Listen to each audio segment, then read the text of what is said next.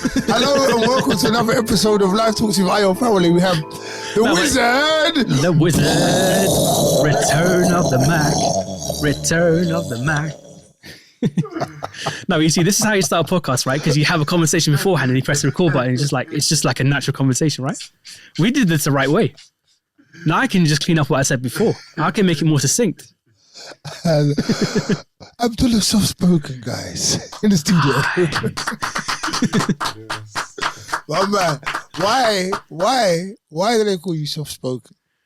Okay, right. So let me try and say this in a bit more of a concise way, because I think we have a little less time than we had before. Anyways. You'll be good. Right. So I used to go to an event called Rise Up in Northwest London. It was run by Poet Curious and Prestige Carla. And for about a year and a half, like Prestige Carla kept saying, like, "Are you going to get on stage and say something? Are you going to get on stage and say something?" Calling like, you out, yeah? Yeah, what's her name? Prestige Carla. Prestige Carla. Okay, yeah. Big up Prestige Carla. Hey, just seriously big up Prestige Carla, because she's my poetry mum. Her and Poet Curious, my poetry dad. Yeah, they're the reasons why I got into it eventually. You know what I mean? But interesting. Yeah, so I eventually went to one of their shows. So they moved from Willesden over to King's Cross, and it was still a small space as well. So it still felt like a community event. And Prestige Carla asked me, like, when I asked to go on stage, she was like, yes. And then she asked me what my poetry name was. And I just said, well, I am soft-spoken. And that was it. It stuck from there. Yeah. Okay. That's it. So, there was a much longer story beforehand as well, but yeah. Anyways, I'm not going to keep on picking up. You're going to have to let go of that one, mate. I'm letting go. So what influenced your first poem? Why did you start writing? I mean, that was your naming ceremony, let's say. But what was it like? Because what was the distance between you first hearing, seeing, putting pen to paper, like writing, and then saying, you know what, I'm gonna go up on stage, because the Carla, what's the name? Sorry, Prestige Carla. Prestige Carla's going, go and get the stage. You can't get the stage if you haven't got anything written. Yeah. So there must have been a space between you first coming into poetry, or hearing, having an example of it, and then writing, and then saying, you know what? I am soft-spoken. Yeah, just taking off my cape as well. There's this fat Arab standing in front of you. Yeah, you know what it was? You're too much in that. You're not fat, you're pleasantly big. No, I'll take that as well, but I've lost a bit of weight as well. So I was going to say that as well when I was used to do. Exactly, yeah. Now I'm big boned and full of love. So yeah, you just need to find it between the adipose tissue inside me. Yeah, you'll find it. You're full of something. My man, God. So yeah, March 2019, like the terrorist atrocity happened in New Zealand, where there was a shooter and he killed like 52 people who were praying on Friday prayers. And for me, it was just like kind of calling out the media, like the media does all the work and takes not the credit, because you have this child, they kept on calling it angelic child. Sorry? They kept on calling this man an angelic child, even though he then killed like 51 people, and he just live streamed it, and it was like a really traumatic thing. He live streamed it, yeah. And like I never watched it, thankfully, because this is the thing as well, right? Like being Iraqi, being Arab, I think you're kind of desensitized to a lot of violence, because, you know, the Iraq war and like the proliferation of like videos. I think at that point of time in my life, I decided I didn't want to watch any more of this. But the fact was, he killed 51 innocent people praying because he was a racist terrorist. But yeah, I thought I need to say something. It was kind of like, right, I haven't seen many Muslim poets, or I haven't seen any like forward-facing Muslim poets, and I just wanted to kind of express it from a Muslim point of view. Little did I know, kind of like within the poetry scene, there's like a huge Muslim scene. Or there was kind of like building up, and there were many people saying what I was saying as well. But the fact was, I got on stage, I said something people could actually relate to, and then it was like, yeah, I can see how this is therapy, and it became therapy basically. So yeah. Hold on, I got to bring this. I got to bring this close to me. Thing, bro. Oh, seriously, you know, Barry Arab. It's interesting you say that about the therapy. So I got my first poetry my first poetry compilation that I'll publish, because like yourself, I started writing a long time ago before I thought, go and then put it out. And even then I've had inhibitions. And then now I finally put something together. I'm on the cuff of pushing it out now. Yeah. I've been performing some of the poems on the circuit, and I will be doing more, making videos and so on and so forth. Yeah. But it's called, this isn't poetry, this is therapy. Yeah. And I think there's a definite resolution of that around the whole poetry scene, around the world as human beings. Because like you said, I think there's probably not many people that haven't written poetry. Yeah. That haven't written it and put it down in whatever shape or form. And to me, as we're talking now, it's putting your feelings on a piece of paper, isn't it? Or putting your feelings into words sometimes. It is. But you see, this is the thing. Like, I remember one poet saying this, like, what you say on stage or what you write down and what you write down are two very different things. Because even if you're writing for the stage, there are things that you would never share with anyone else, because your deepest, darkest secrets stay with you, right? And you see, this is the thing is, all right, so... I like this. I like this. I'm only doing that because I can't concur to that because of a certain thing, but I'll tell you why in a minute, but I'll let you finish. Yeah, but as in like... I think a lot of people who say that they're an open book aren't necessarily that open. They're only sharing what they want to share with the world. And I think there's nothing wrong with that, because obviously not everything's for the stage. But also, like, not many people go into poetry from a happy place. They're coming in because they've got something they've got to sort out, something they've got to deal with, something they've got to think about. And, I'm kind of jumping the gun here because I know one of your questions is about what does poetry mean to you. Whatever, I think poetry is therapy, I guess, to a certain degree. Yeah, go. But also, poetry is a form of communication. It's a form of you being able to put your words together in a particular way. Yeah. I mean, not everyone can write prose. I can't write prose. But I can write poetry enough for me to be able to express myself a certain way. Okay, that's confusing me a little bit. You can't write poetry, but you can write poetry. So you're saying you can't write, but you can write. Because you do write it. I've heard you perform it. No. And then what's the definition of poetry then? We'd have to go into that. Yeah. But I don't want to lose this now. You said something like people don't say certain things, or don't say the truth, or don't say everything, or the deepest, darkest secrets. Yeah. See, I want to, what's the word? Not challenge that, but like, I was like, au contraire. It's the best way I can put it. Au contraire. Dear Abdulla, so spoken. I think people do that. Yeah. But they say it in an abstract or obscure way. So they won't say, do you know what? I feel like killing myself. I'm this. Yeah. They'll say, do you know what? It got a bit dark today. And I don't know if I'm going to see the light tomorrow. Yeah. But I've got hope.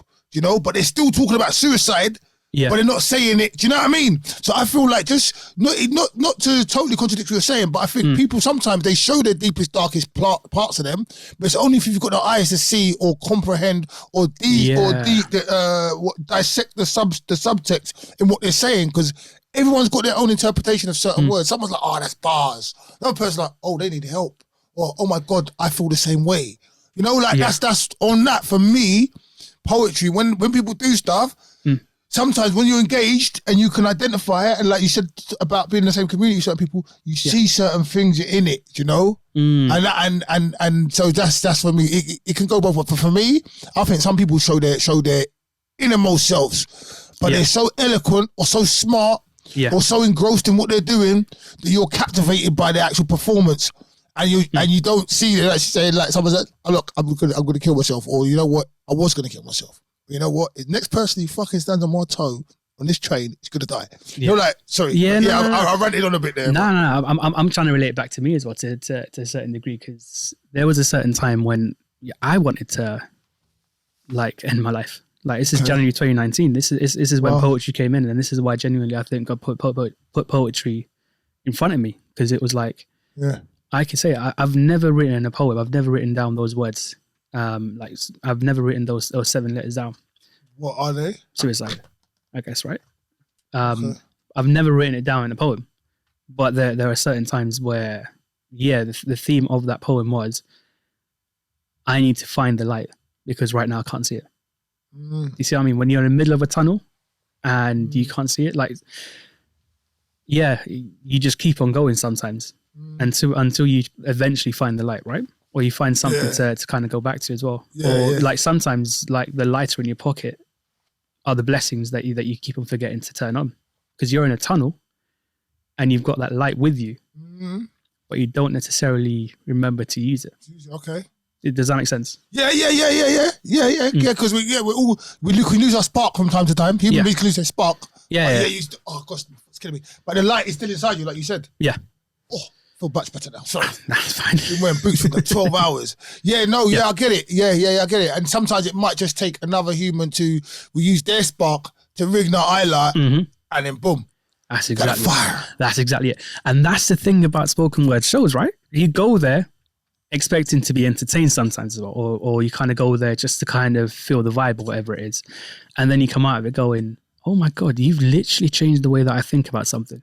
Or you've literally changed my life. Almost, there are certain poets that or certain poems that I remember.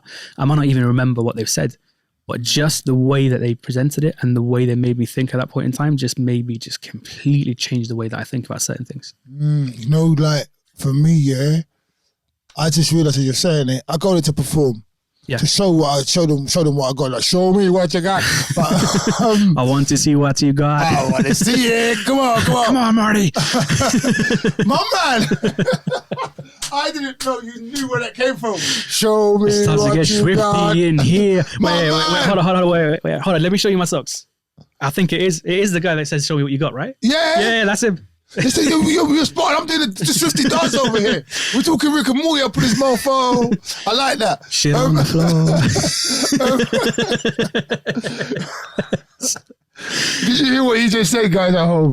I don't know if you did, but rewind it if you did, you'll understand. Rick and Morty gets dark. This is an over 18 episode, right? They're all over 18 episodes, man. All right, fine, yeah. None of my scenes can find it then. Anyways, where was I before you? We digressed. You know what I mean? Where was I going? Oh, man, you got me. Where am I gone? You saw the poem. Okay, that was it. So, for me, I go to perform and show them what I got, basically.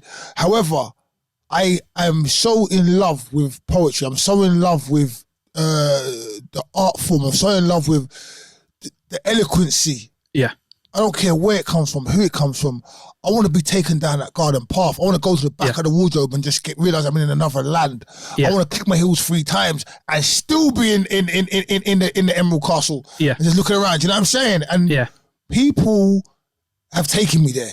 People can take you there when they allow you into their worlds. Exactly. And they give you, and they just, you know, that sometimes people go for, sometimes people, they don't even go, rah, rah, rah. They're just talking to the microphone, but what they're saying and the way they're saying, oh my God, that's why I go to poetry events. Yeah. To get lost, to be engrossed, to feel that almost like, I don't know, like a child in a sweetie shop.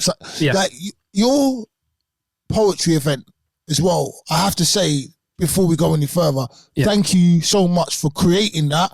That was for me a place where I went to after going to things over the year and over the year. I think I reignited myself there.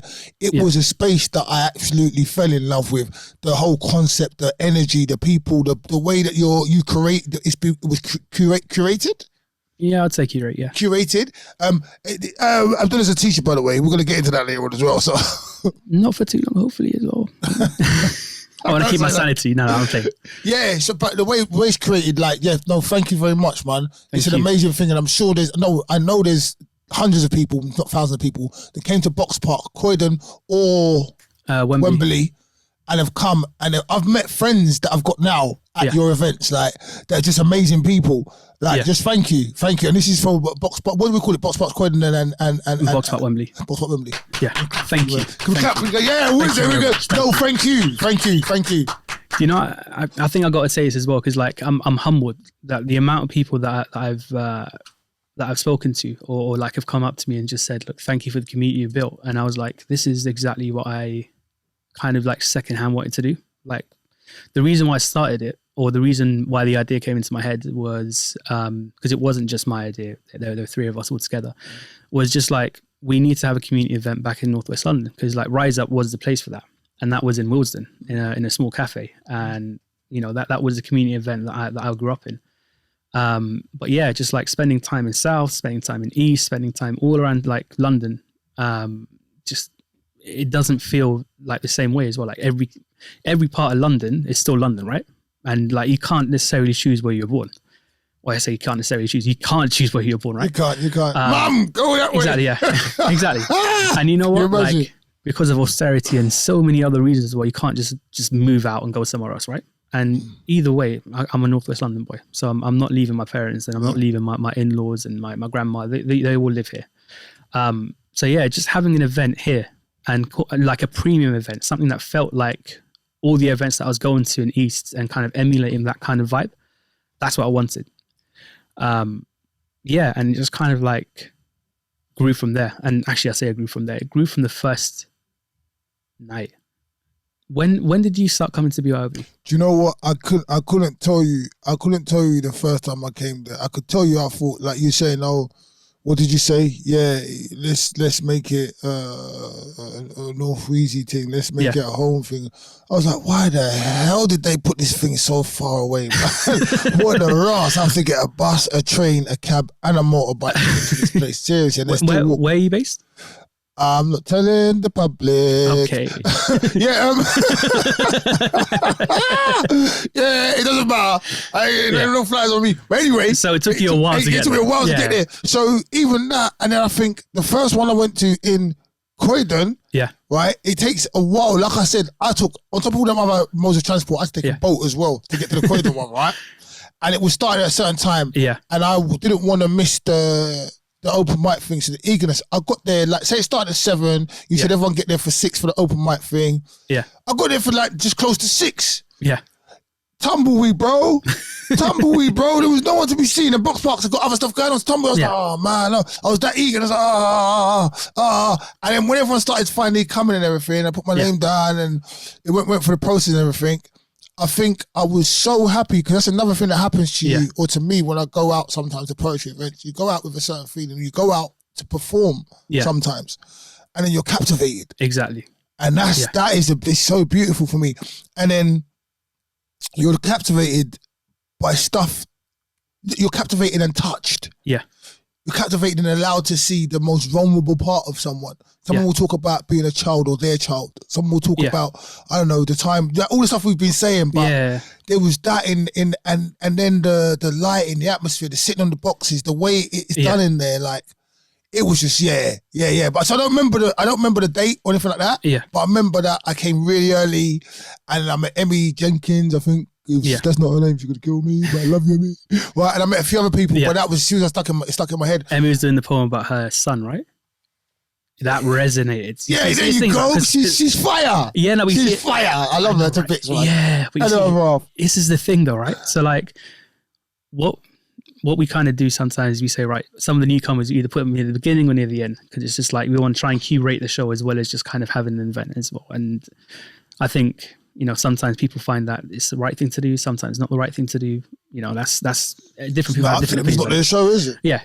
But you see, this is the thing is, right, so we knew she was a new poet, so we thought, let's put her near the beginning, right?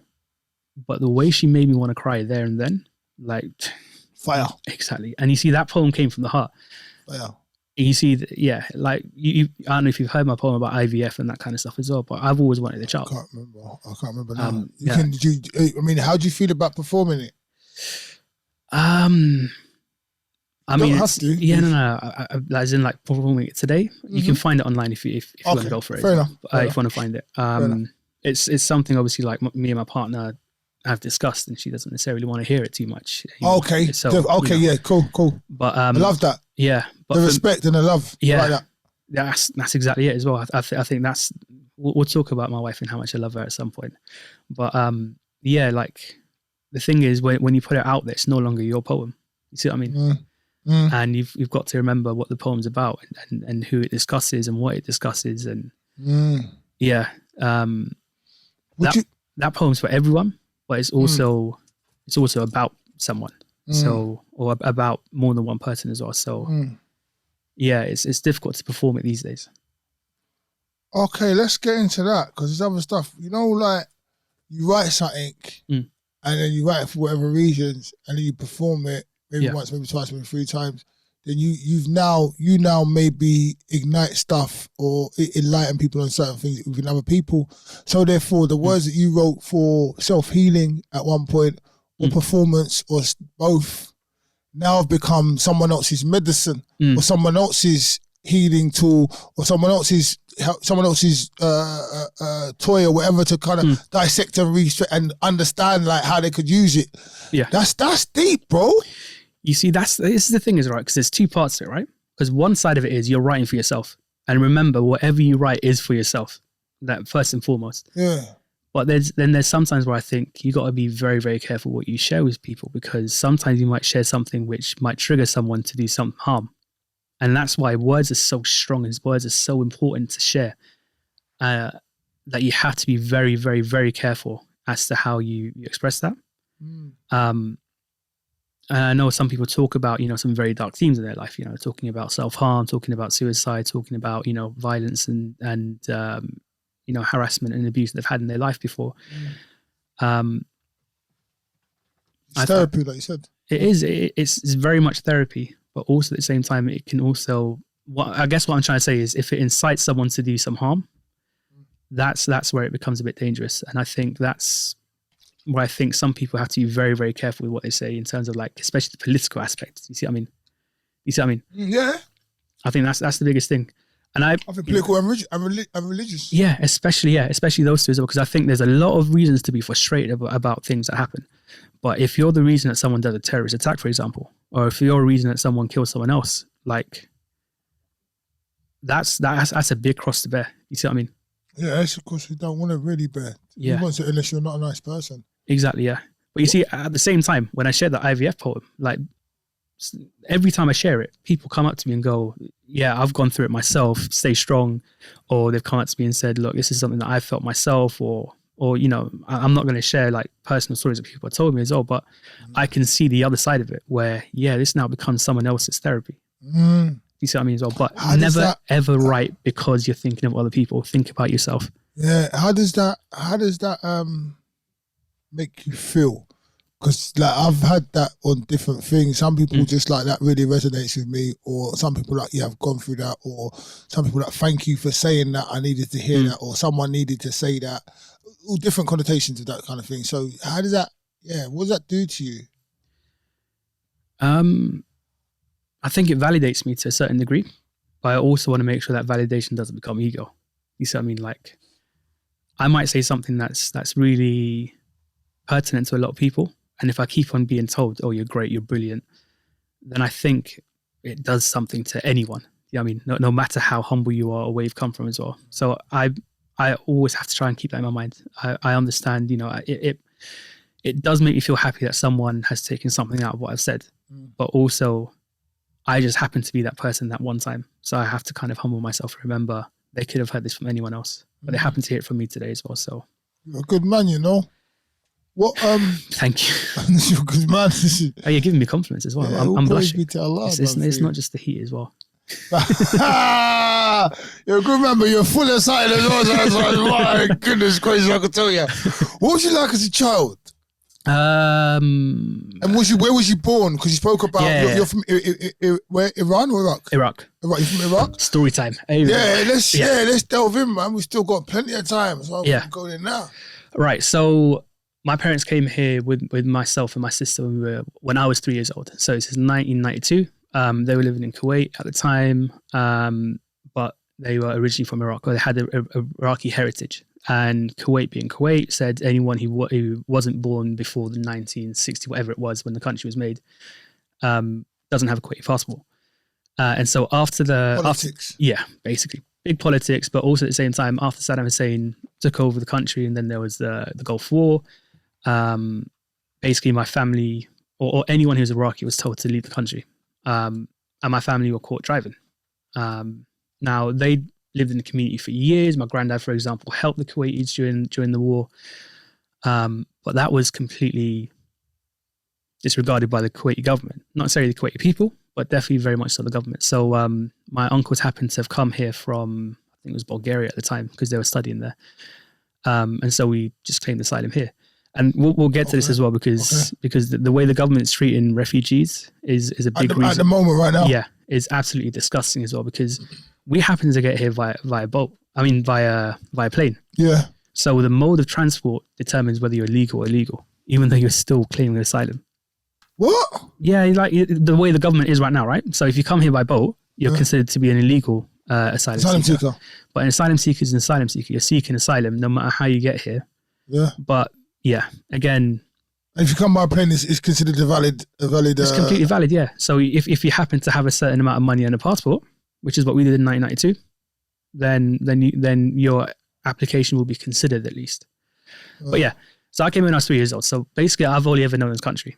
I've never gone back to Iraq. I'd love to go back to Iraq, maybe even visit Kuwait at some point. But yeah, grew up over here. Kind of went from council house to council house. They basically moved us all the time. And then eventually we settled in Swiss Cottage, lived there for about 5 years. But yeah, this is like 4 primary schools, 2 secondary schools. And wow. Then, yeah, after Swiss Cottage, we then moved to Neason as well. So it's just all around Northwest London, West London, basically. I spent a bit of time in Tottenham. We won't talk about that time. It was about 3 months. But okay, why won't we talk about that time? It wasn't a great time. But you see, here's the thing, is all right. So I think in my mind, I never understood that I was transient. I just understood myself as being in this school for a certain amount of time. And I guess kind of like looking at it now, I always wanted that stability, which I never got. Yeah. But yeah, hard for a child, isn't it? Yeah, exactly. And then obviously being a teenager, I was like, right, I'm moving out of London. Why am I still here? So I went to uni in Oxford. Brooks, not Oxford University, Oxford Brooks University. Yeah, you see, you've always got to leave that pause, by the way. So that's a little inside joke between us as well. It's Oxford... ... Brooks. Yeah, say it really quickly as well. Yeah, so spent 4 years away from London, spent another year in Bristol, and then kind of went back to Oxford after that, and then came back to London when I finally met my wife and we got married after that. And yeah, that's been since 2014 basically. Okay. Yeah, and I think like the biggest thing for me was I didn't know I was an asylum seeker up until my parents were like, "Oh, you got a passport now." Okay, so all right, so I'm saying now, so you come over at 3, and then you're moving around. But do you have an awareness of having to leave Kuwait because of the problem? Did you at that age was you aware, like, because I know you're moving from house to house, but how was you like as a child? Was you withdrawn? Was you still playful? You got siblings as well, right? Yeah. So I've got 2 sisters and I've got a brother. And I think it's always like that oldest sibling syndrome where you're the oldest. Yeah. So you always see the oldest, yeah. You always see as the example. I won't go too hard. Come on. I didn't choose to be the oldest as well, but you know what? Yeah, but you're sitting on top of the world. Exactly. Sometimes greatness is thrust upon you, and it's just the way that you got to deal with it. Anyways. My man. Great power comes great responsibility. And great sperm. Fuck. I like that. You know the word comes in it. Don't worry about it. Go. Anyways. This definitely wasn't recording Ramadan, by the way. Anyways, so go on. don't bring out in Ramadan. Anyways, I guess I was very friendly, very naive, very, I don't know, like expressive. Very much my heart was on my sleeve.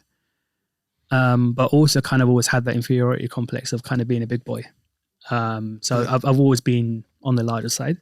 Okay. That's just your body composition. Yeah, basically, but also kind of like being in an Arab family and that whole the food. Yeah, no, we talk about it now as well, right? But back in the day when we were younger, we'd be told, "Oh, if you don't finish off this piece of rice, it's going to run after you on the day of judgment." Wow. So wait, so you told if you don't finish your food, it will be chasing you. Yeah, and I used to get these nightmares like Uncle Ben running around and going, "Yeah, you're going to hell." But cloudy with a chance of meatballs or something, right? Exactly, yeah. Cloudy with a chance of meatballs. Yeah. And a bit of hell. But just a 7th layer, just a little bit. But yeah, so it was like always had that inferiority complex. I guess being part of a large family, I always had people around me, but not necessarily didn't necessarily have friends my age, if that makes sense. So you always go into an auntie's house, you always go into an uncle's house, you spend time with your cousins, but the cousins aren't necessarily your age, and there's always like families competing with each other and that kind of stuff as well. So I guess it wasn't I would never call it lonely. I'd call it happy for the most part, but I think a lot of it is clouded by kind of the moves. Yeah, just the moves, the body shape, the body image, uncertainty. Yeah, I guess so. There was always that kind of background sadness alongside a lot of happiness as well, because my parents provided. You know what I mean? Yeah. They always gave me what I needed, not exactly always what I wanted, because I'd never got that PlayStation. But you never needed a PlayStation, though. Yeah, full of nonsense to corrupt your mind even more. Exactly. And my dad promised to take me to a Man United match when I fasted my whole month. First time when I was like 9 years old. I've never gone, but oh wow, yeah, I definitely don't hold it against. Good incentive. Yeah, I mean, I'm gonna use it with my kids as well. I can't wait to have kids just so I can tell him to bring that. Well, hold on. Let me just put my phone down over there as well. Yeah, that's the remote. Yep, shouting at them. Yeah. There we are. Exactly. I don't think. I tried it once with my wife and it didn't work. No, don't do this like nice. I don't think the kids of today's age will even comprehend that move there. You know the move there. You know about the move there. No, because here's the thing, right? You can now get yourself a remote control on your phone. Yeah. So all they had to do, if I wanted to change the channel or whatever as well, just literally for them to switch off Instagram and just be like, yeah, here you go. It's deeper than that though. It's like my mum would call me from downstairs. Ayo, come. Yeah. What's cool? Mum said, yeah, pass me that blankets. Or call me upstairs and then send me back downstairs to get some. Mate, and then you can't, they put you into the world, you can't be upset. Exactly. Upset what? We're upset. I'm upset about the fact that you guys are literally providing. You've left your family and your friends all the way over there, and you've come over here to give me a future, and I don't want to give you a remote control. Nah. I take it back home. You didn't need to go back to Kuwait. This is what I tell my students. Nigeria. We need to make it up. I know, but I speak to a lot of my students about this as well, and I'm just like, where are your parents from? And it's not even like in a case of trying to shame or whatever it is, but it's along the lines of, so your parents moved. They moved everything for you to be able to come over here, and now you're truing a lesson. Like this is the way you pay your family. See what I mean? So I think that's another thing for me as well. Actually, I think growing up, I just always wanted to be the person that repaid, that always gave back. And you see what I mean? Like despite the multitude of horrors of living in the UK, I'll still be grateful about the fact that I can come over here, express myself religiously. I can express myself in many different ways and have that freedom to be able to do so, to do that as well. So, you know, I'm very lucky in a lot of ways, and I always have to remind myself of those blessings. So, I mean, because here I am complaining about. Complaining, we're just talking. I won't say you're complaining. No, like complaining about like the government and racism and everything else that happens in this country. And a lot of it is institutional. A lot of it is practiced like openly and with a lot of contempt. But then there's that family that are literally in the Mediterranean right now, at the bottom of it, with hopes and dreams that have just now literally become part of the ocean itself. You see what I mean? So there's a lot of refugees, there's a lot of people who've sacrificed their lives because they had their children on their backs, literally as they're drowning, trying to keep them alive. And here I am complaining about a remote control or whatever. Do you know what I mean? Yeah. So yeah. That's profound, man. That's serious there, man. I think that's like when we look at stuff, we need to look at it with the sort of eyes, maybe through your glasses, through different lenses, and understand and be grateful. Yeah. People are so entitled right now. Be grateful that picture right there. Like imagine like that what you've just said there now has touched me, serious, bro. Like people are complaining about like, oh, this person has got more hours than me, or this year I'm upset because this I haven't got this. You didn't buy me this for Valentine's Day and all this. Yeah. And literally mothers or parents are watching their children die, or they're just trying to make a better life. Yeah. It's a lot, man. It's a lot, man. It's a lot. True. Sorry, bro. Yeah, no, it's all right. It's what happens in the world. You know, like I on the show, or it's in life a lot, I'll be like, I don't know about that. I don't know about this. I don't know about that. The ignorance is bliss to a point, but you can't always be playing ignorance is bliss card when stuff is going on and you're a human being on this planet as well. So it's talking don't, right? Like, you know what I'm saying? Yeah, but you see, here's the thing, right? we only have a certain capacity for anything in our life, right? And there are certain causes and certain issues that are happening around the world that I wish I had more time to be able to stand up for. But right now, my thing that I'm standing up for is refugees, is asylum seekers, is the fact that we're not treating humans with dignity. Like coming into this country with all these situations, I know I have my experiences, but I was lucky coming here at 3 years old.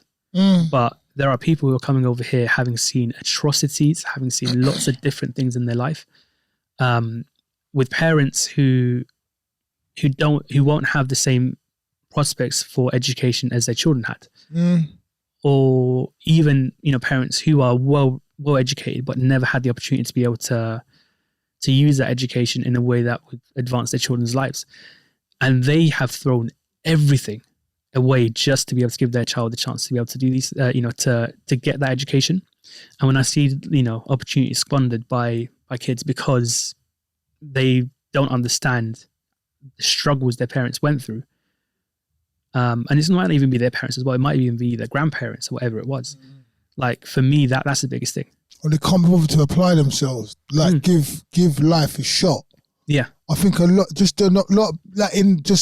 of people in Western cultures, are just like they're just not giving life a shot when they're not realizing, because they become complacent, lazy, suckling on the breast of Mother Nature, or the capitalism breast. I don't even know what I'm saying right now, but you understand what I'm saying, where you're coming from certain countries, and I won't even call them third world, but where you haven't got as much opportunities, and you'll shoot your shot if you're given a chance. Yeah. You're not going to squander it. You're going to appreciate, like the rice thing, like you're going to appreciate every meal. You're going to appreciate the opportunity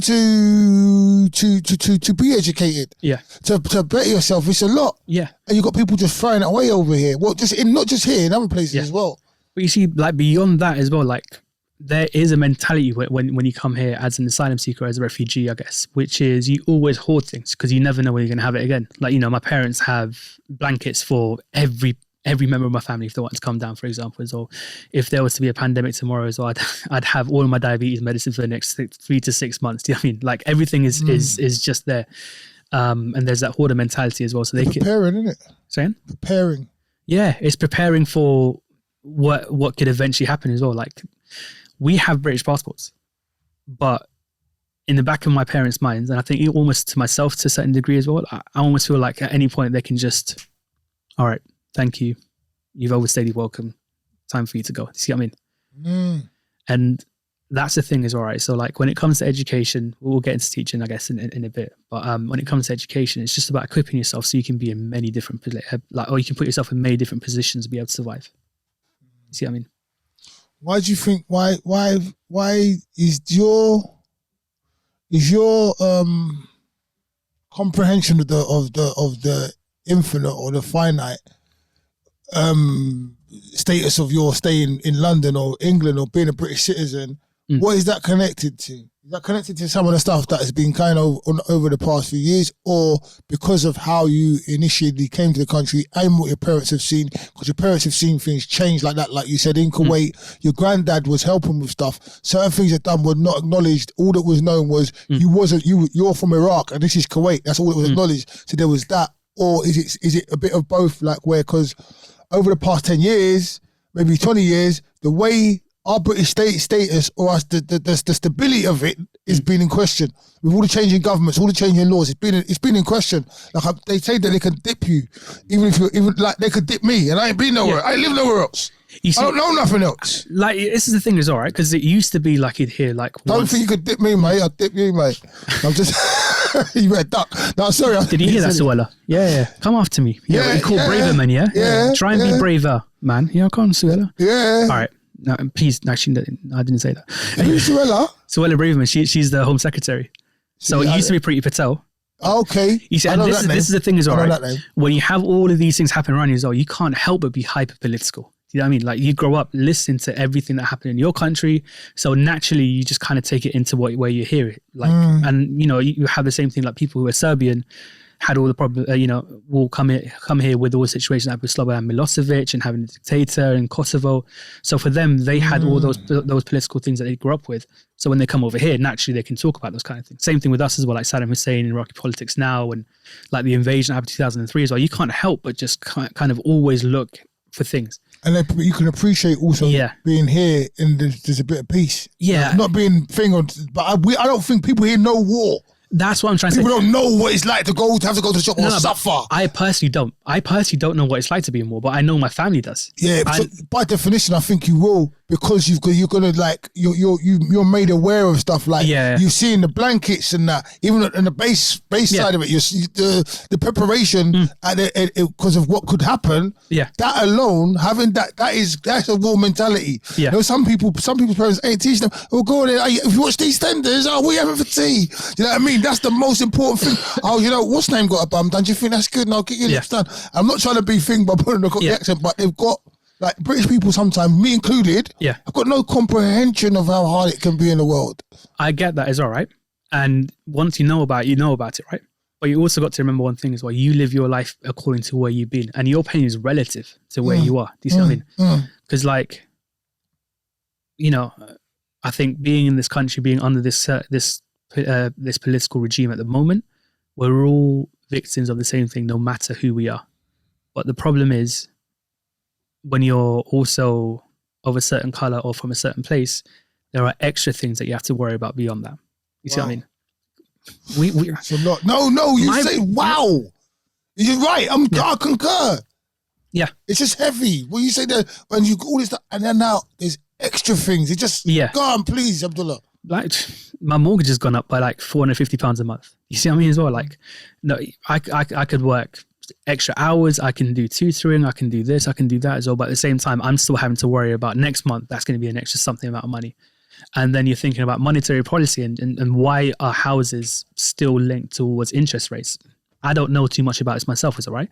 But and it's almost like there's this, then there's electricity bills going up, then there's water bills going up, and then you're thinking at the same time, right, I still want to save up so I can either aspire for a better house, for example, in the future, or just to be able to even like go on holiday. You know what I mean?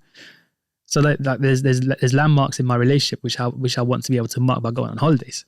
But if I can't afford to be able to get that plane, for example, even though I work extremely hard, and by the way, I am extremely blessed with my salary, I got to say, like working where I am and having worked in the same place, or not in the same place, but in the same career for so long, I'm in a very privileged position. But even with that in mind, I still can't afford to be able to live the better life that my parents wanted for me. Does that make sense? But it does. It makes sense.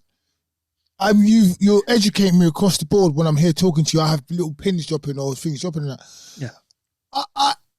There's a place for being away and with your wife and everything. But I think the way we can help this now, everyone at home, whatever, is by bringing the family units back together. That's for me. But you see, here's the thing. I agree with you, and I've been blessed. I've got 4 aunties that live over here, is all right, but 7 aunties overall from my mum's side, and I know all of them. And 6 aunties, 3 uncles from my mum's side, I know all of them. 2 of them live here, 1 of them lives abroad. From my dad's side, I've got 1 of my uncles, 1 of my aunties live in this country. And then I've got other uncles and aunties over there that I know about, but I don't necessarily know too. But I've got a huge number of cousins that I can call up on. Do you know what I mean? Like, we're not even one football team, we're the reserves and the under 18s. Nice. You see what I mean? Nice. And the thing is, like, my parents' generation kind of had the idea of not having as many kids as their parents. And, their parents had 10 kids, 8 kids, whatever as well. They had 4 kids, right? My generation might be of the idea of having 2 kids, whatever as well, because that's financially kind of like the most, what's what I'm looking for? Manageable, yeah. Manageable way as well. Like, if I happen to have more kids than that, exactly, yeah. If I happen to have more blessings and have more kids than that, then so be it, right? The next generation might even say 1 kid, or some people even now are saying, I don't want to have kids at all. You see what I mean? Or they're waiting or delaying in having kids because they have other things that they want to deal with first, right? I know friends who only had their parents and that was it. So they didn't have any cousins, no uncles, no aunties, no nothing. And yeah, if you're blessed and you're lucky enough to be able to have that family, brilliant. But I think it's beyond just family, it's community. That's the thing, is right, because it's the community. Love it. I love it. Yeah, sir. Can I ask a question, sir? Go. I love being educated, bro. I love it. Yeah, you can ask your question. Man! God. We're going to get into that in a minute. But yeah, go on. Community, it's beautiful.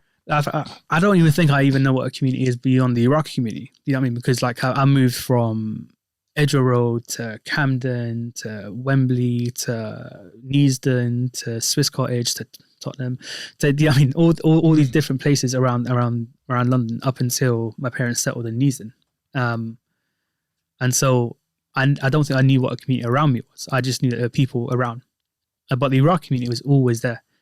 So I knew every single year around about Ashura we'd all get together for 10 days and we would share in our grief, right? In Ramadan, we'd all get together as family, and like community is the family beyond the family that you choose. Like when I'm not talking about friends, of course we know friends are the family that you choose, but the community is what shapes you as well. You know, school shapes you, the people that you meet around you shape you. But where is community now? Where is community now? Yeah, where is mashed up by the day? No. Don't blame it on them. We know what they do. That's the thing, right? We know that's their thing, right? We know the devil is there to be able to deceive you. Okay. You see what I mean? Yeah. Like I've been reading a lot of like stories of the prophets and that kind of prophets of God recently as well. But it's just like, you know, that's their motive. I'm just saying, you're right. Yeah. So if we know that's happening, what are we doing? Okay, we're going to sit down and on TikTok every single day. How do my parents even know about Facebook? Well, you see, that's the thing, right? They know about Facebook, and that's almost what they do. But Facebook is not community. Facebook was never community, even when you had groups. Like you're never meeting people, you're never actually communicating with people, you're never actually making connections. Community is getting together for a purpose, even if it is just going for poetry, even if it is going for football, even if it is for something else. Because within that community, you then build other things. And you see, that's the thing, like going back to BYOB and the reason why I feel so grateful about it, it's not just that I get to be able to go to a show that I have locally and that I have people around me to be able to inspire me. It's about the communities that build after it. My favorite moments is when I walk out at the end of the night and I have to get rid of people and no one's leaving. Because people are making connections. They're talking to each other. They're making friendships. They're forging like businesses and ideas and their own poetry nights and that kind of stuff. That means so much to me. Like that's everything to me. And we need to kind of build that community. Not everyone's going to be blessed to be able to have that family, but everyone should be able to have that community. Yeah. And if it wasn't for this government moving people every single 5 seconds, we would actually be able to have enough time to be able to build that community. Do you think that's a ploy? Well, you're telling me that the 5th or 6th richest country in the world can't afford to be able to buy land and then build houses on it? Are you mad? Are you trying to tell me that Brexit? No, let's not get all that. Yeah, let's not go there. Let's use our time wisely because we haven't got much of it left. So I want to talk to you about 2 things. Like they're both things I think you love to two different degrees. I speculate. This is my speculation. Speculating. Just speculating.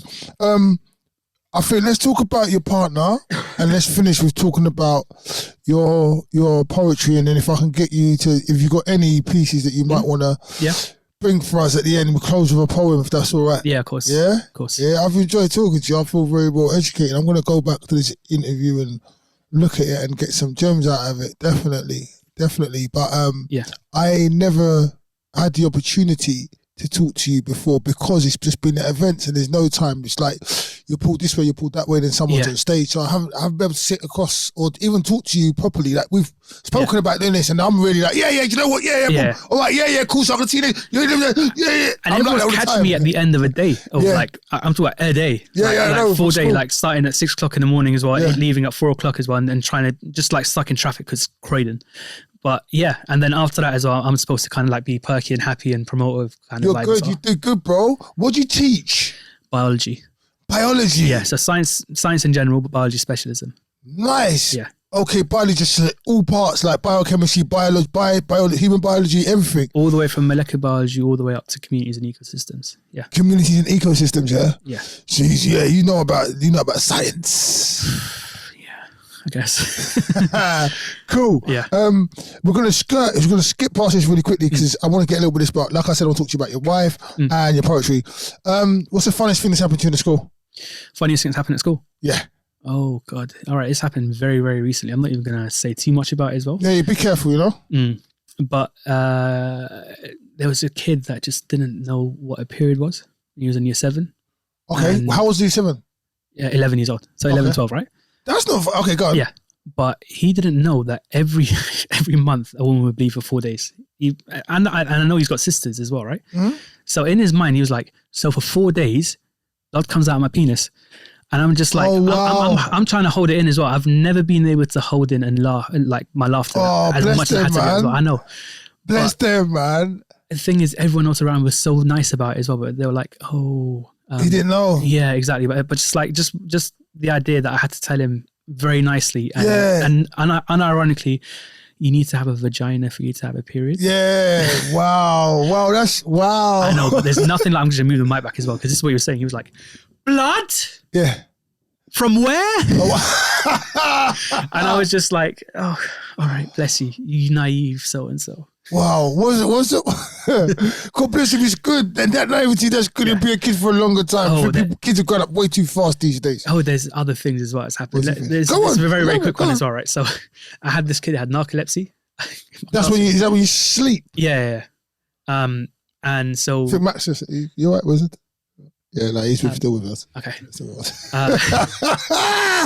I'm enjoying this. No, we're good. I'd love to do this again. Seriously. We're good. Yeah, don't worry about it. We possibly can. Yeah. You know what I mean? We'll come to your school. Oh, please don't.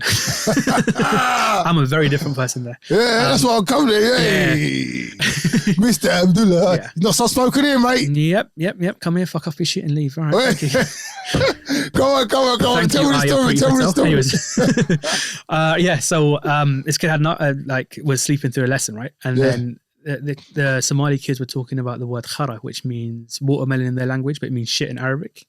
But it means something else in Portuguese. And then he just hears the watermelon part, and he just out of nowhere just shouts out, "Oh, I love khara." Oh shit! Oh, there's a kid that we're talking about. There was a kid, we were talking about UV light and how UV light can be used for like forensic science, and liquids and like, you know, semen and blood, whatever as well. So so he said, "Oh sir, I've got UV light at home." I'm like, "Okay, that's great. So like when you go to a hotel, you can check whatever." He goes, "No, I don't need to do that. I just look in my bedroom. It just lights up every time I turn it on." What? And I just had to look. There was a TA in the room as well. We had to look at each other and be like, "What?" What's the TA? Teaching assistant. Okay. Yeah. You know the acronyms. Oh, yeah, the short thing. Short thing. Let's talk about you getting married.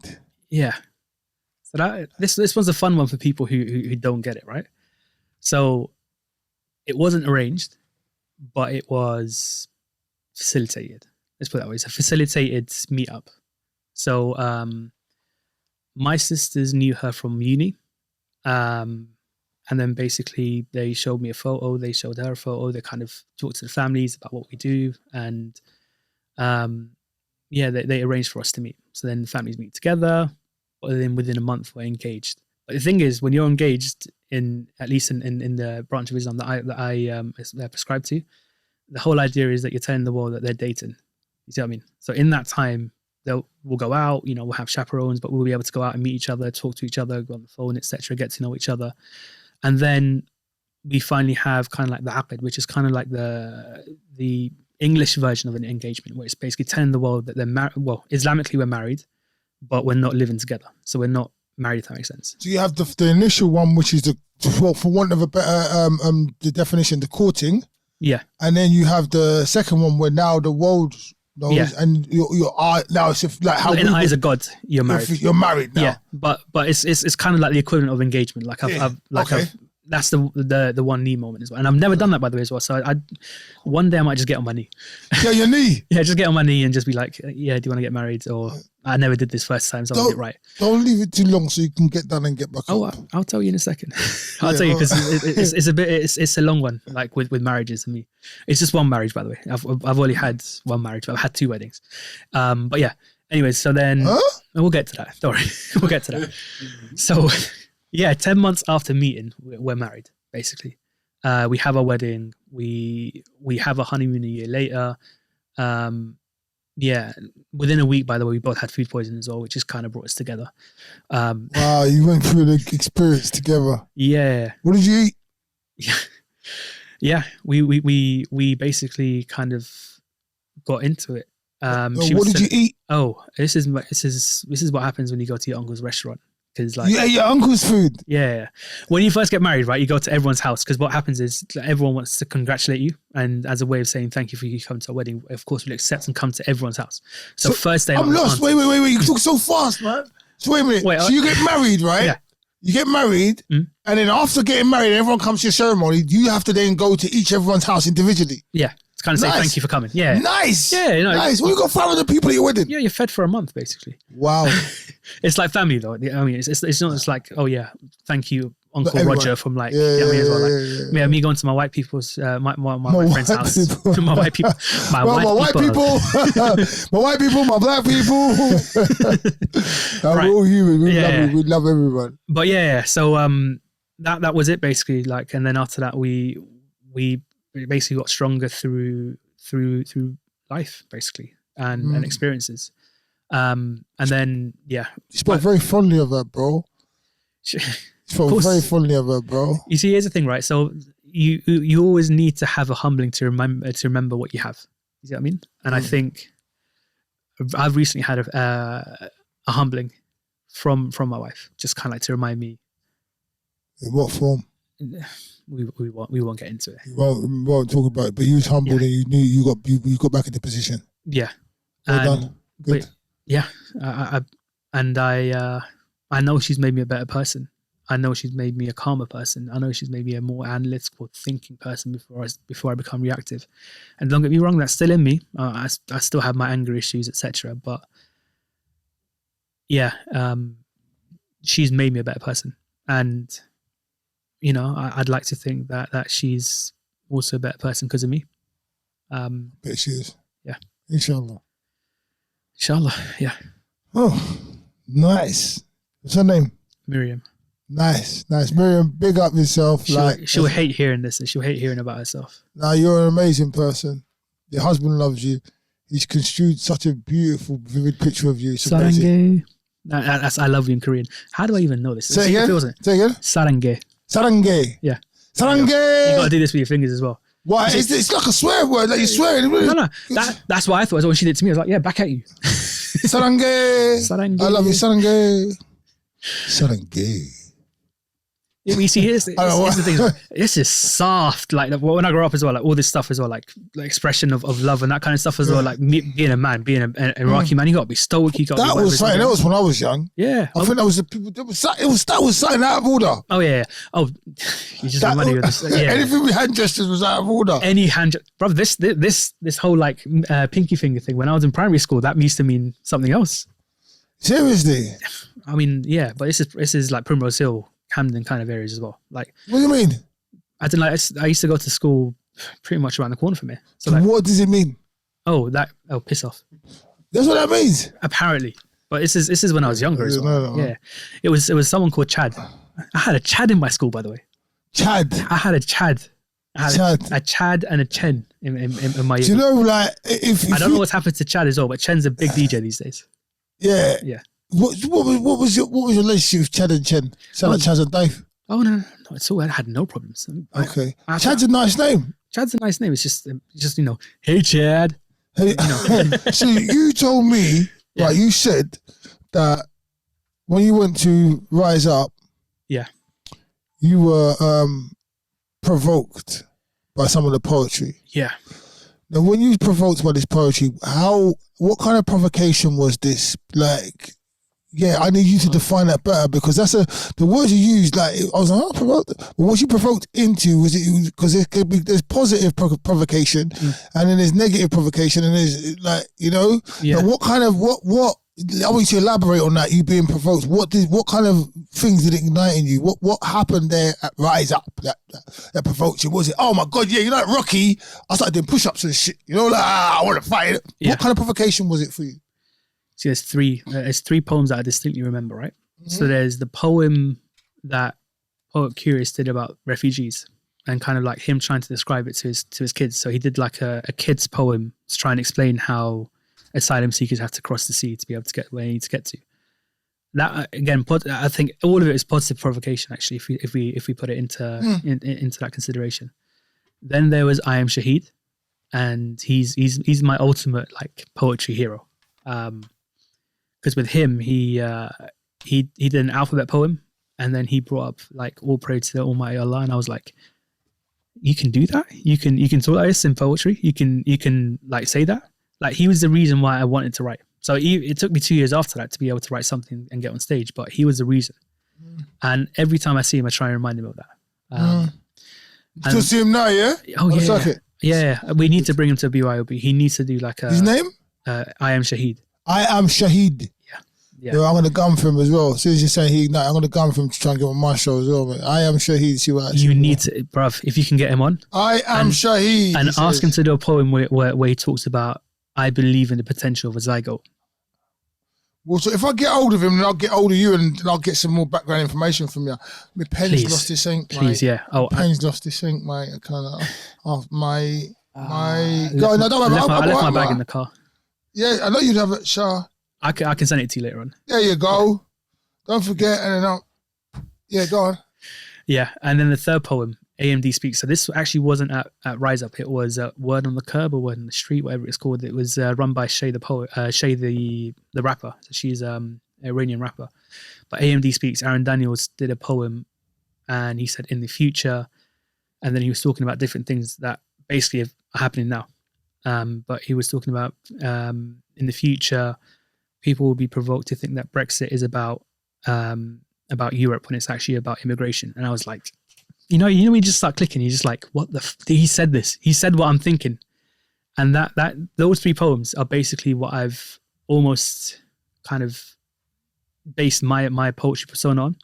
Political to a certain degree as well, but also just being able to express myself without anyone telling me, you know, this is wrong or you're not allowed to say this. You see what I mean? Nice. Yeah. I believe that. I believe that we can say what we want to say. Yeah. But in that same statement, we know what it can be hurtful to other people. And we shouldn't want to say something that hurts somebody else. If we're coming from poetry, come from a place of pain, like love as well, understanding, tribulation, you know, like just finding out stuff. That's something that's the same thing. But when it comes from a place like that, it should only be like positive. Or even if it is negative, it should be inward. It should only be inward. I don't think there should be any like outward stuff. Like it's a lot. It's a lot. But yeah, that's very interesting. I wonder if you have a poem to share with us, sir. Please start thinking about that. You can think about what poem you'll share, and I might have one or two questions. I might have to read off my phone, by the way. Sorry? I might have to read off my phone. That's no problem at all. Okay. Once it comes from the heart, I'm happy. I appreciate it. And everything you've written must come from the heart. Do you know what I mean? Yeah. What was I going to ask? No, you talk. Because I think I'm trying to fill the gaps with stuff, but I don't need to fill any gaps. You've got anything else you want to talk about? I mean, to be honest, it's not that I'm worried about the next generation. I think we need to recognize something as adults. The pandemic was weird for a lot of people, right? And for kids, it was even worse, right? Because they're still developing. And we know coming out of the pandemic that there are going to be issues in terms of behavior, in terms of catching up. And yet, we weren't prepared for it. When schools came back, they weren't prepared. And I put the blame on us as teachers, not being ready. We should have had all the behavioral processes in place, because what's happening now as a result is in not just one school, but many schools. Mm-hmm. They're not sorting out behavior. They're allowing certain behaviors to become normalized in terms of like disrespect, in terms of not being able to allow a child to learn from their mistakes. And what's happening now is that we're going either for the jugular, getting rid of kids and excluding them, or we're letting those small things slide, which then lead to much bigger problems because no one's dealt with the smaller behaviors. Does that make sense? And I'm worried. That we're going to have a group of kids that aren't going to be prepared for the future, because we're letting disrespect become a normalized thing. What What do you think could be done, and what do you think will happen if nothing's done? Look, if nothing's done, we're going to have Andrew Tates everywhere, and that's a problem. We can't have people who think it's normal to jump hoops. Like, you've got to pay your dues. You've got to go through everything. You can't be cutting corners, and at the same time, you can't be so. You should be against certain authority, but you can't be so anti-authoritative that you become selfish and egotistical. And I think that's a problem. I think our generation is very much egotistical with the whole Instagram and TikTok and everything else. Sure, but I think beyond that, I think we know this about ourselves. I think the next generation is going to have so much ego and so much selfish thought and so much Ayn Randian kind of thinking. What? Ayn Rand, like the whole idea of you are your own person, like the whole libertarian kind of idea. Ayn Rand. She was a writer from back in the day as well. So her idea was like hyper capitalism, and you should think about yourself and worry about yourself, and greed is good and that kind of stuff. That all comes from kind of like her philosophy. Kind of like a lot of neoconservative philosophy comes from her.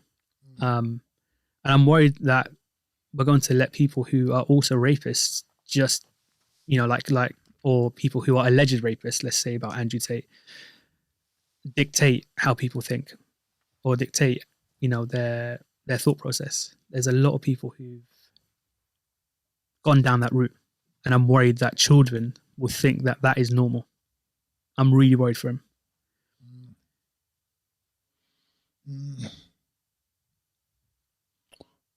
What do you think we could do about it? I think, firstly, treating children with respect. Do you think there's a disconnect between the teachers and the students in regards to that sort of understanding? Can't hear you. Got to up, please. Sorry, you think there's a disconnect between the teachers and the students in understanding each other, I guess, right? Each other. Sorry, you could have killed me. Looks could kill, mate. He had me out on the table. Finish him. You know what? I think there is. Do you know what? I don't need to look far about other teachers. Myself, I found myself in situations where I've gotten angry with students very recently over small things, and I think I'm losing my composure because I don't think I can relate as much. But it's not because of a generational gap. I think it's because for a certain amount of time, and when I'm talking about other teachers in the education system, I'm talking about myself first here. I think I forgot that children are children. And children have feelings, and you should never say something that would damage a child. But you haven't. I hope I haven't. Good. And this is why we have these conversations. Yeah. This is what we're doing.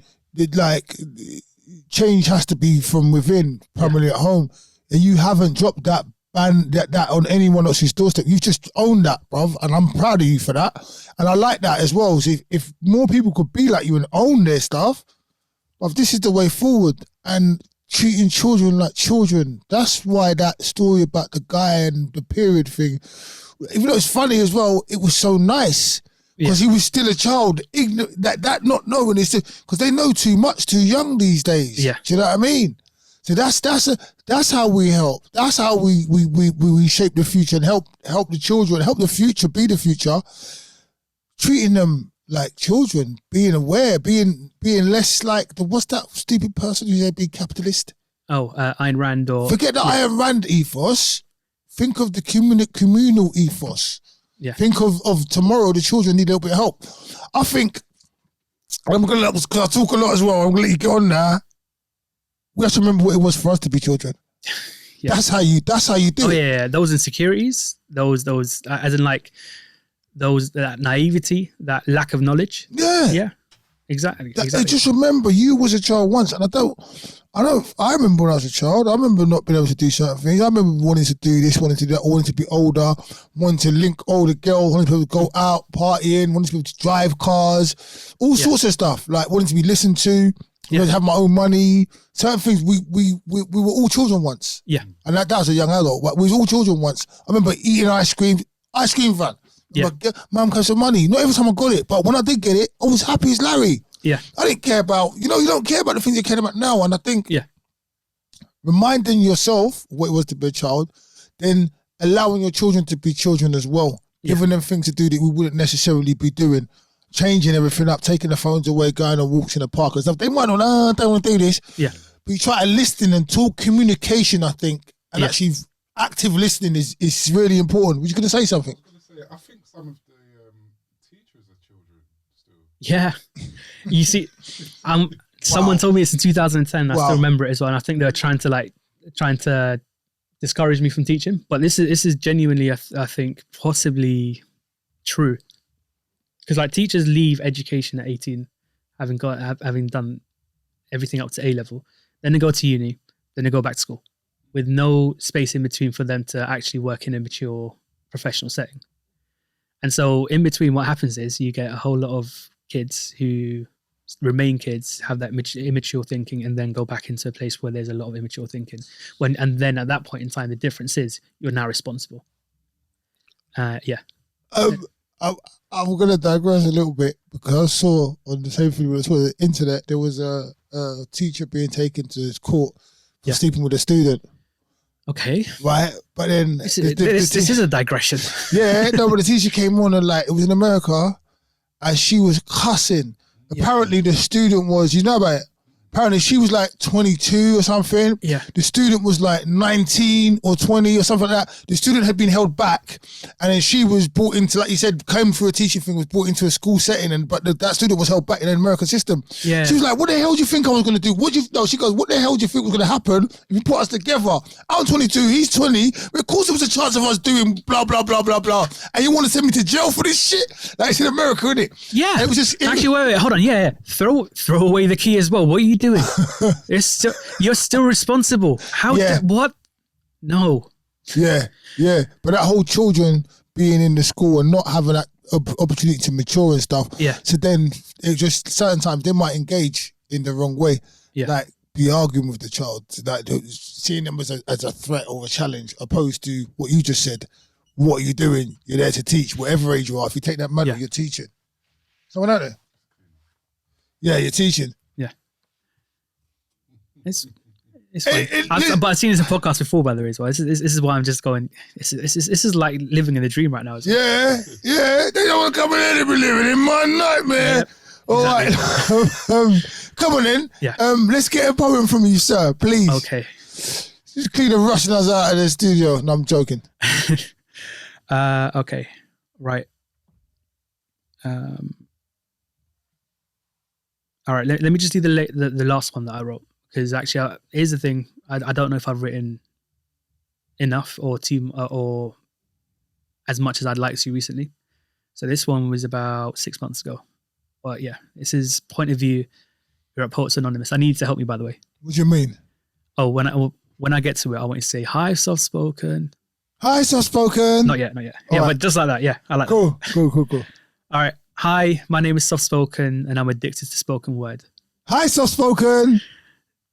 And I'm taken in by the moment, drunk by potent similes and misplaced atrocity. Let me start again. It's fine. Just slow down. Yeah. I think I might need to.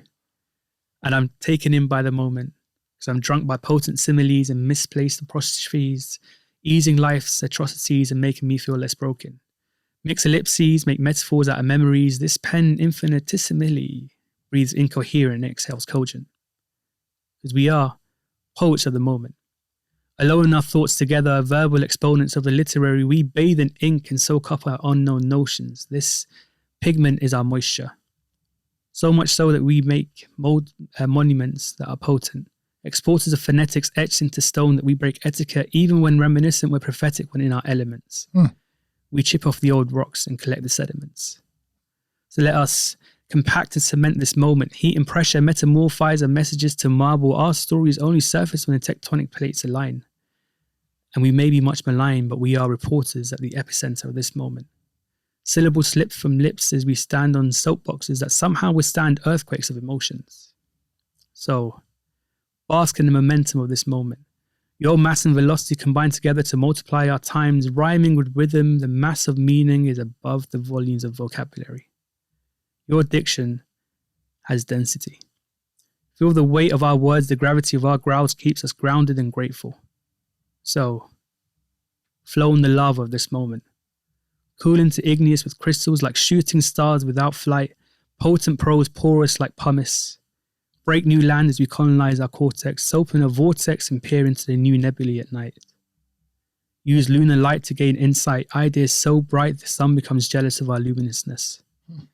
So shine, young poet, shine. This is our moment. So take it. Hey! Hey! Hey! Hey! Hey! Hey! Yeah. Yeah, that's a nice piece, mate. That's a nice piece, mate. When you commit that to memory, like I urge you, don't read that off your phone when you do it on the stage and commit it. That was a beautiful piece, bro. I need to start committing more things, bro. It's a beautiful piece, bro. Yeah. I mean, for me personally, as a poet, I understand what happens with people and some people's memories and reading off a phone and the stuff that goes with it. Like for me, like it's a safety barrier as well. But I think you do yourself an injustice. Like not you, just anybody does themselves an injustice when they've taken the time to write a piece and it comes from the heart and everything, and I lose you because you're down here. I do this stuff, so I know how scary it is. I shit myself every time I go on stage. So it's something that you need to... But you see, this is what I admire about it. And the thing is, this is just literally came into my head right now, right? It's not written word, it's spoken word. So you're speaking it. So if you're reading it, it's not reading word. I don't know if that makes sense. Yeah. You shouldn't be reading it. Yeah, no, but you see, this is the thing is, right? I'm the biggest hypocrite when it comes to that. I've memorized 2 poems. You know what I mean? Yeah. And that's the thing. Like I find it so difficult to get on stage and be able to say something. So, but spoken word is an art form, as well as a way of expressing yourself poetically. So the fact is, if you're going to poetry reading, that's a different thing. Someone's going to have their book, right? Yeah. But if it's a spoken word, then the idea should be that we're doing it without the phone. And the lioness said it when I went to a show. Like she said, don't read off your phone. And it turned out that when I was reading off my phone, and I deleted half the poem. So wow. So I had to try and memorize it again. I was trying to do it off memory. And actually, I was surprised by how much I could remember. Yeah, there's that as well. People were scared to jump off the cliff. Off the cliff. When you realise you know your shit. Yeah. And then you just got to slow it down. Yeah. Because I do it too. Blah, blah, blah, blah, blah. Or then there's words that I want you to hear. I think that's a good bit. And I know I worked hard on it. And I worked hard for this rhyme. So I rushed to that rhyme. Yeah. But I don't need to. I need to slow the hell down. And this is a note for me right now as well. I've been on stage, been waiting on stage, been preparing for weeks, sometimes months, and then I just pissed it away. Yeah. I just pissed it away. Yeah. And it's gone because of nerves. But you see, here's the thing, right? And I want everyone to be able to get this. I think this for me is the biggest thing. Spoken word open mics are places to experiment. Don't worry about it. Don't worry about if it doesn't go right. Listen to this teacher. Let him teach ya. Say that again, please. Spoken word open mics are there for you to experiment. Here's the thing, right? Because people go there and they compete sometimes, or they go there to be able to say what they need to say and everything else in between. And I know people obviously are going to be hypercritical of themselves, but the biggest and most important thing is this is not unless it's a paid opportunity. No one is here to judge you, and if they're there to judge you, they're not there for the right reasons. So you know what? Don't worry about the 10% who are there to judge. You're there to work with the 90% of people who are there to support you in your journey to becoming the next George the Poet, the next K Tempest, the next Benjamin Zephaniah, the next Big Scoop, the next Big Scoop. Miss Yankee. Another name you probably heard recently as well, YA, big hero of mine. No, I don't know who that is. Oh, you need to. Big up YA. You need to listen to YA. YA, not IO. I'm paying, bro. No. Your time's coming. Your time's coming. I mean, YA, not IO. All right, then. Oh, yeah. Same as. Yeah, bro. Come on. Yeah. That's why I said it. My man, listen, this has been emotionally gratifying for me, cerebrally satisfying for me, and emotionally elegant, soft-spoken. Abdulla, I've enjoyed interviewing today. Nah, you're cool, man. Thank you so much for coming along. Thank Wizard, you, thank you for your input. Come on! Give me 3. As live talks, So spoken Abdulla, the Wizard, and me, Fawole. Thank you guys so much. Thank you very much. Thank you. We're